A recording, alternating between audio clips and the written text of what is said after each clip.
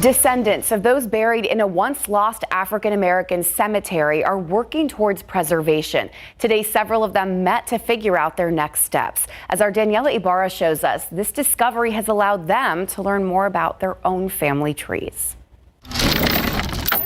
No matter what race or creed, cemeteries are sacred ground, places where our ancestors are buried. This is all just unmarked graves. The Hockley Clay Cemetery is the site of a family revelation. The once hidden gravesite was rediscovered in 2018. You know, you always want to know your relatives at some point.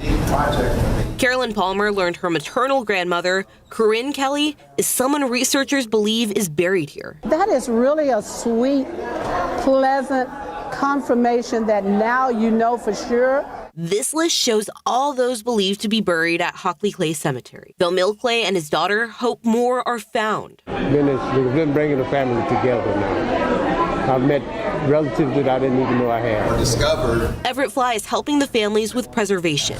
He says some of those buried are tied to families in other cemeteries. And it turns out that the Hockley Clay family is actually related to the Winters and the Griffins. It's some new knowledge. It's knowledge that you didn't know. Fly says there's still lots of work to do. The next steps are for the family to organize a cemetery land trust.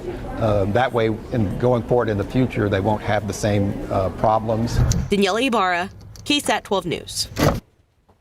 For the last 2 weeks, millions of Americans have dealt with their share of dangerous winter weather from the Pacific Northwest to the south and into the Northeast. Low temps, heavy snow, ice, and high winds have claimed at least 55 lives. And for at least the next day, the same kind of weather is expected to be present in many of those same areas again.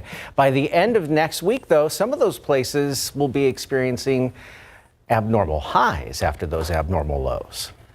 It's been a crazy couple weeks with weather. We're not dealing with any of that, thankfully, but you know that the temps went up a little bit and you kind of felt like we had a bit of a break. We did. Yeah. It's back down, baby. We made it into the 70s this week. Yeah, briefly, but we did.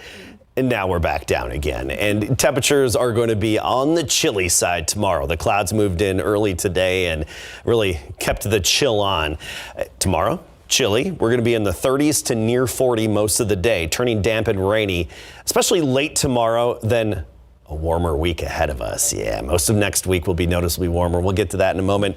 Look at our rain chances and how they steadily climb throughout the day tomorrow. Left-hand side of the screen, that's 7 a.m., 20% chance.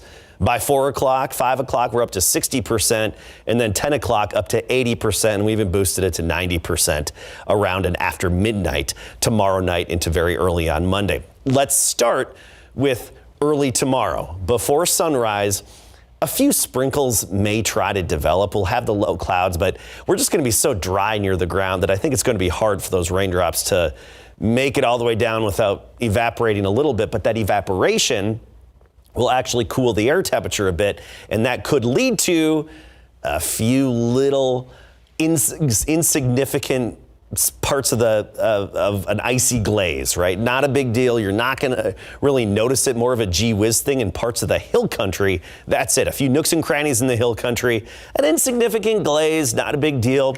On mailboxes, some tree branches, and maybe some windshields. And that's if this even verifies, because this is going to be so light in nature, you may not even notice it. So no impact to travel anticipated. Then the warmer air starts to take over. Warmer, I mean, we're talking above freezing.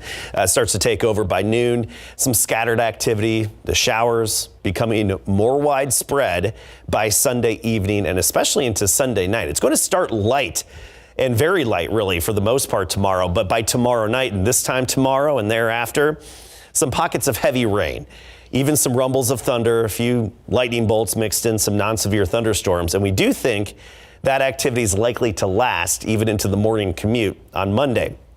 Then by Monday afternoon, it all starts to slide eastward with some stray showers left in some of our eastern counties, even from Gonzales to Cuero to Hallettsville and points eastward. Some lingering rain Monday afternoon. Let's talk about the big picture. A lot of moisture coming on shore here and rain moving into the west coast and higher elevation snow. Just a conveyor belt of disturbances pushing eastward along this jet stream that's flowing across the Pacific and slamming into the lower 48 here in the west coast. And these upper disturbances are really being thrown our way partially from this big upper level low near Alaska, throwing these little disturbances our way that then get a little bit bigger and dig into northern Mexico. The first one coming tomorrow into Monday, and then our next one that's likely to come Tuesday into Wednesday, bringing more scattered showers with it. And thereafter, I think that parade of disturbances won't be really strong enough to kickstart anything in our neck of the woods. So really just through midweek is where we're expecting the rain, through about Wednesday. Off and on in nature, it's not going to be continuous. Overall rainfall potential about 2 to 3 inches locally, and especially east of I-35, we'll see some higher amounts where we have some heavier showers and some more persistent rain. We could be talking 5 inches or more closer to Hallettsville, Cuero, Yorktown, Victoria, and along the Gulf Coast. Unfortunately, if you're along the Rio Grande, we're looking at lesser amounts, probably under an inch. So only 40 tomorrow for the high. By Monday, we're in the 50s, 60s Tuesday and Wednesday. Then we're back in the 70s by Thursday and Friday of next week. And that's a sunny 70s as well. And next Saturday, looking significantly warmer than what we've had today, 49 in the morning and 68 by next Saturday afternoon. So good stretch of rain here. We need it. We'll look at the latest drought monitor coming up in just a bit. As usual, you just can't put any part of your closet away. From winter to spring in a matter of days. All right, C.J. Stroud had an excellent rookie season, but Mary, today Lamar Jackson said, "Sit down, kid. It's my turn now." There you have it. Yeah, exactly. Jackson put on an MVP performance to send C.J. Stroud and the Houston Texans home in the divisional round. We'll recap the action and hear what Stroud had to say following the loss. The Spurs finally get a win on their long road trip thanks to a come-from-behind effort over the Wizards. The highlights coming your way right after the break.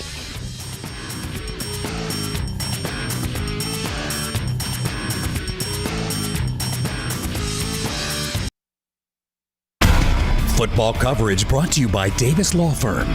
C.J. Stroud, the undisputed star of the current class of rookie quarterbacks, looking to guide the Houston Texans to their first ever AFC Championship game with a win in Baltimore, where MVP favorite Lamar Jackson of the 1-seed Ravens awaits.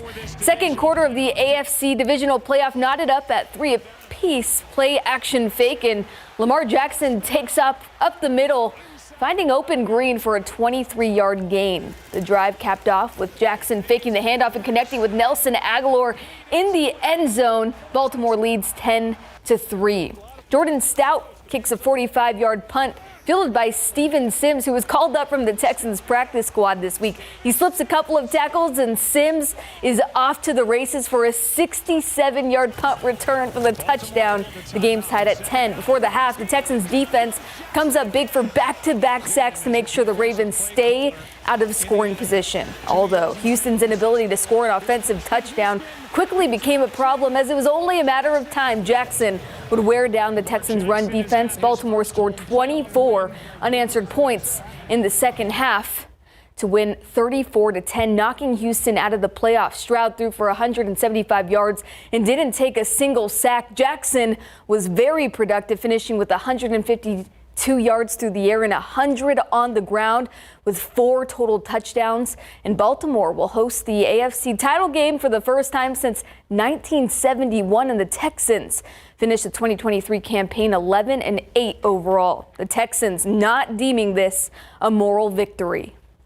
I think we have the capability, we have the team to do it. I know, we come up short, you know, so like you can't look back and like, dang, like we ain't do nothing special. You gotta, of course, like really look back and smile throughout everything, but at the same time, like it's like, dang, man, what if? And that's the worst feeling, you know, just having regrets. What if I did this? What if I did that? Well, wrapping up moments ago in San Francisco, the AFC divisional round clash between 1 seed 49ers, 7 seed Packers, and the 49ers win it in a nail-biter 24-21. The San Antonio Spurs have won just 2 games in the month of January. Tonight, they visit a fellow 7-win team in the Washington Wizards. Victor Wembanyama rattles in a shot from long range in a close third quarter, but it didn't stay that way for long. Washington went on a 19-5 run in the fourth frame. Corey Kispert, the driving force. The Spurs in trouble, under 5 to go. Devin Vassell, without hesitation, gets the three-pointer to fall, and San Antonio caught fire from there, taking the lead with 53 seconds left thanks to a Jeremy Sohan 3. And the Spurs complete the comeback, winning 131-127, improving their record to 8-34. Victor Wembanyama led the floor in points and blocks, while Trey Jones added 12 assists in his first NBA win over his brother Tyus Jones. Coach Pop pleased with the effort. Good win on the road, long trip, back-to-back on the road. Down 11 with 5.5 to go. I got to really be happy for him, and it's a good example of that. In NBA, it's a 48-minute game, and you just keep playing. So, on a positive note, it's a good example for them. All right, some district soccer going down this afternoon at Ferris Stadium. Both teams forced to brave the cold winds. The Taft girls soccer team looking to stay undefeated against the Brennan Lady Bears. The first half was a stalemate, but the action ramped up in the second half. Brennan's Emma Gonzalez puts the free kick into the box, but it's snagged out of the air by Taft's Madison Harris. The Raiders firing on all cylinders in the final minutes, but Nissa Nanivazo was up for the task, making outstanding saves as this game ended in a scoreless draw. Toyota Field here in San Antonio, the host site for the U.S. men's national team's 2024 opener against Slovenia. The highlights coming up later in the show. Played out in the cold, nobody won. Thanks, Mary. Hey, don't talk soccer. I bet they had fun anyway. We couldn't run that much if we tried. The Nightbeat continues right after this.